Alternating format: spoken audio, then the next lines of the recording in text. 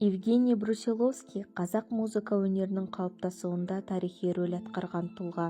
1933 жылы Қазақстанға келіп, қазақтың кәсіби музыка мәдениетін қалыптастыруға зор үлес қосып, ұлттық рухты, халықтық әуендерді симфония мен опера тіліне енгізіп, қазақ мәдениетін әлемдік деңгейге көтерген.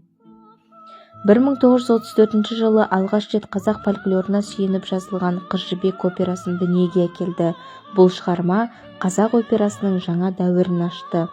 Кейін «Жалбыр», «Ертарғын», «Айман-шолпан» сияқты классикалық туындыларды жазып, ұлттық музыка тарихында өшпес із қалдырды. Брусиловский көптеген қазақ халық әндерін оркестрге түсіріп, оларды кәсіби деңгейге көтерді.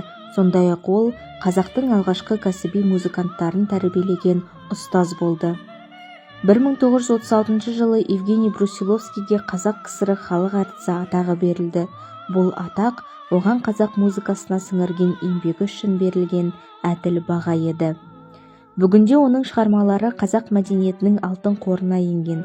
«Қыз жібек» пен «Ертарғын» опералары еліміздің театр сахналарынан түспей, ұрпақтан ұрпаққа рухани мұра болып жалғасуда.